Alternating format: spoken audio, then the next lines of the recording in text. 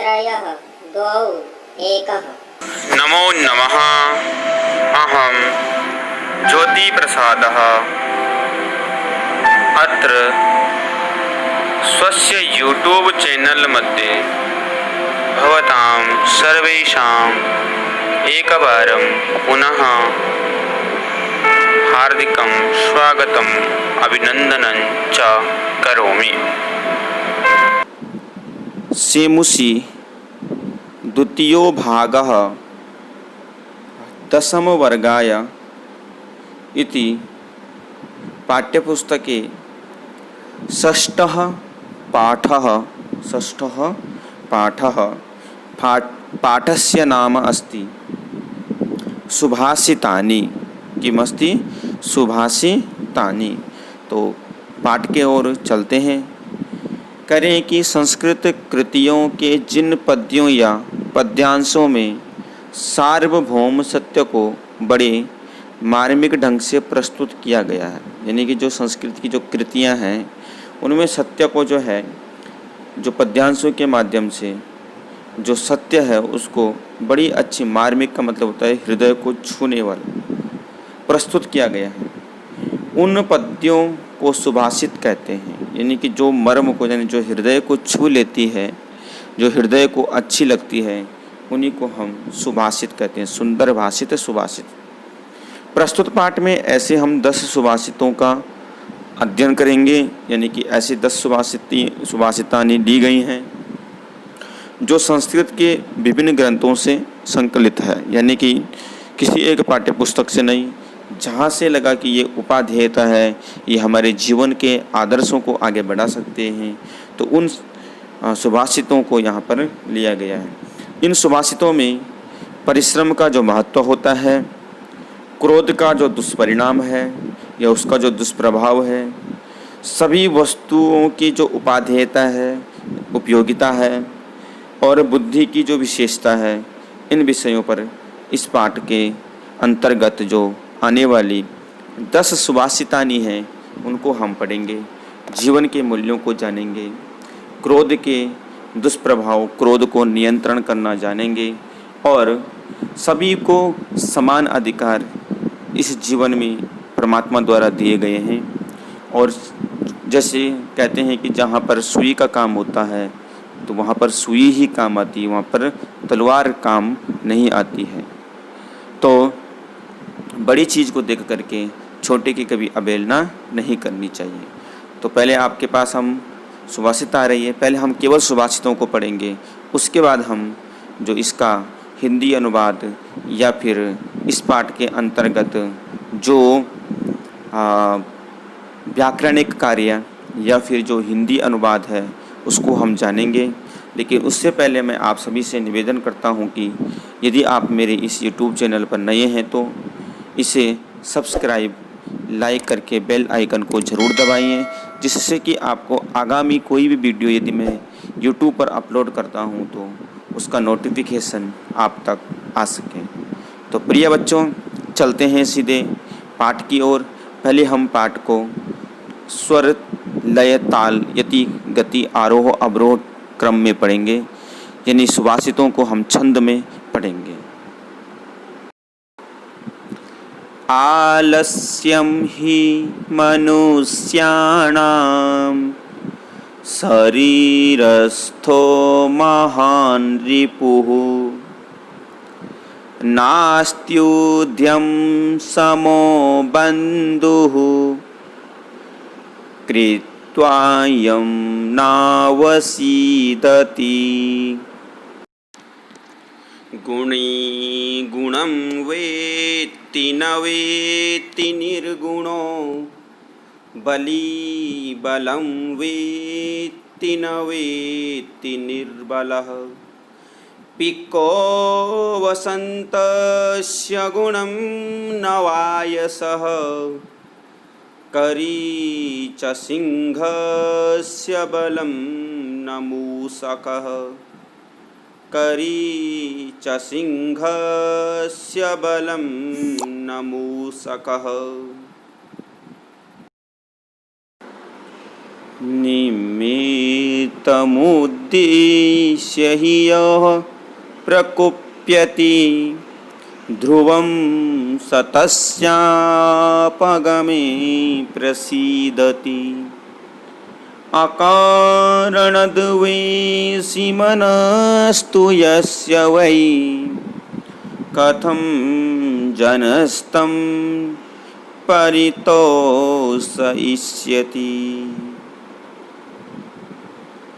उदीरितोऽर्थः पशूनामपि गृह्यते हयश्च नागाश्च वहन्ति बोधिताः अनोक्तमप्युहति पण्डितो जनः परेङ्गितज्ञानफला हि बुद्धयः परेङ्गितज्ञानफला हि बुद्धयः।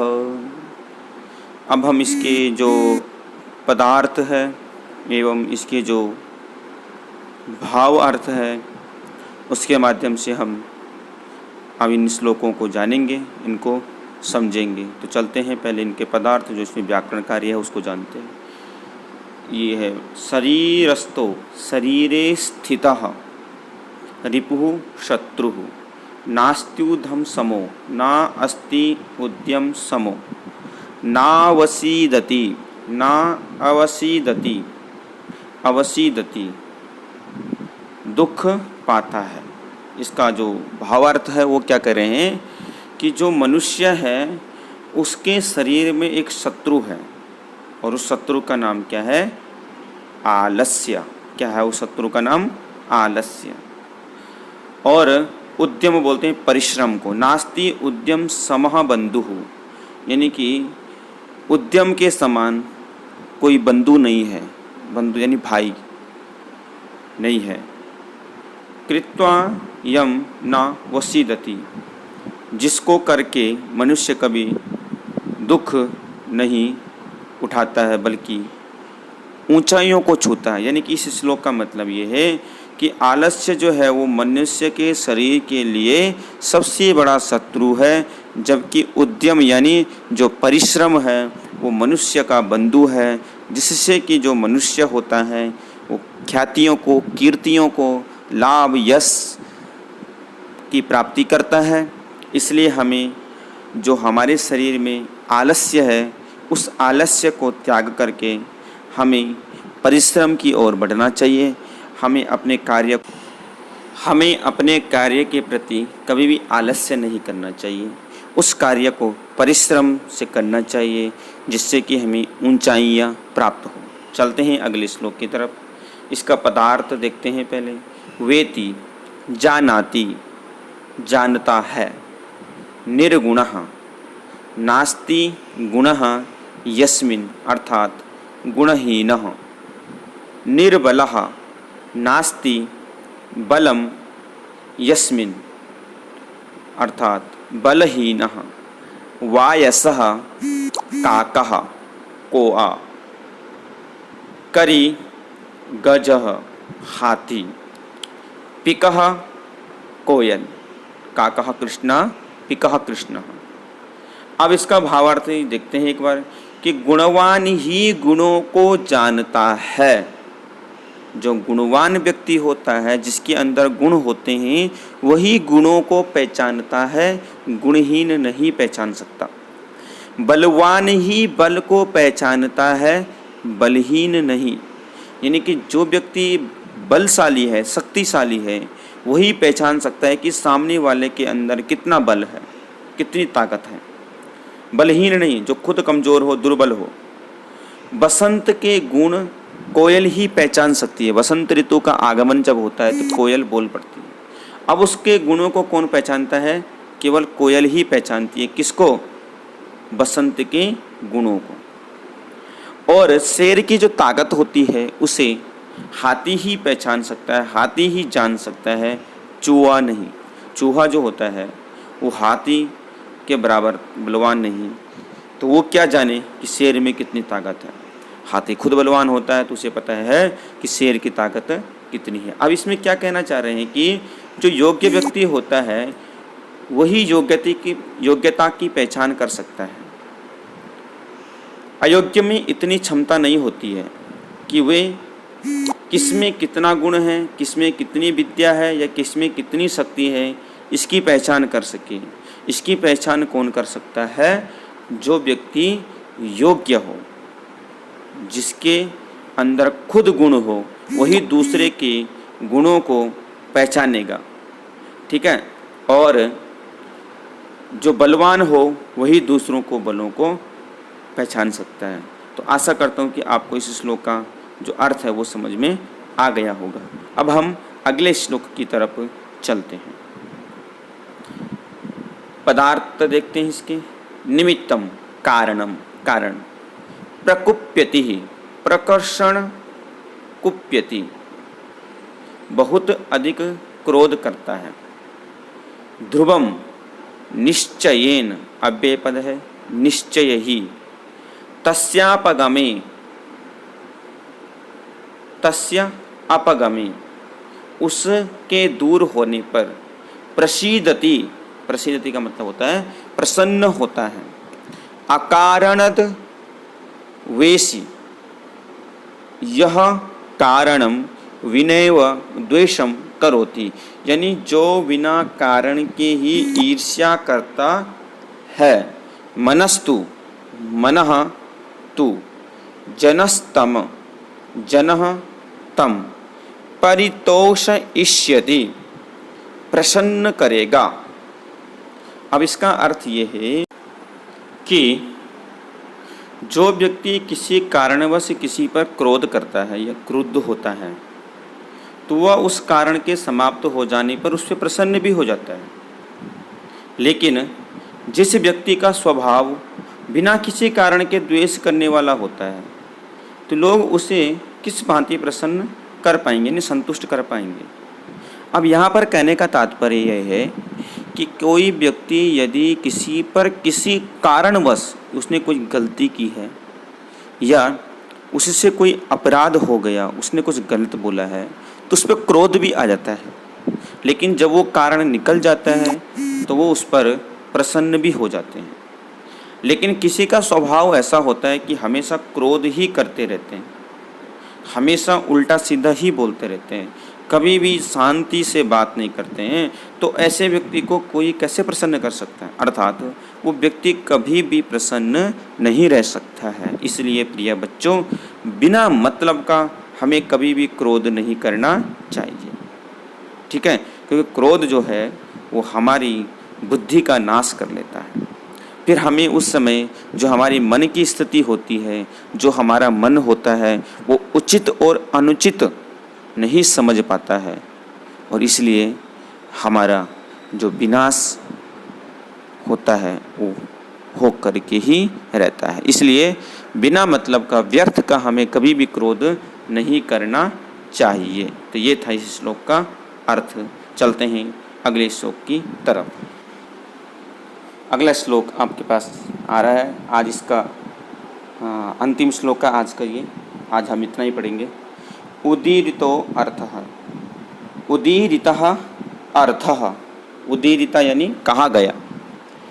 गृह्यते, प्राप्यते यानी प्राप्त किया जाता है। हयाश्च, हयाः च, हया शब्द का मतलब घोड़े। नागाश्च, नागः च यानी हाथी। अनुक्तमप्यूहति, अनुक्तम अपि ऊहति। परेंगितः, पर इंगितः,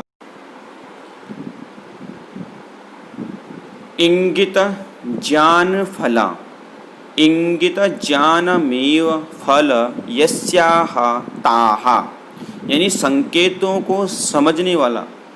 अनुक्तम, ना उक्तम, नहीं कहा गया।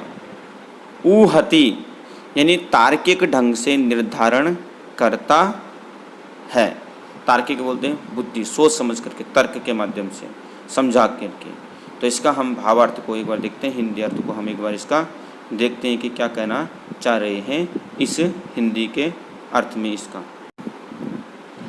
यानी कही गई बात का सामान्य अर्थ पशुओं के द्वारा भी समझा जाता है और समझाए जाने पर घोड़े और हाथी भी भार वहन करते हैं।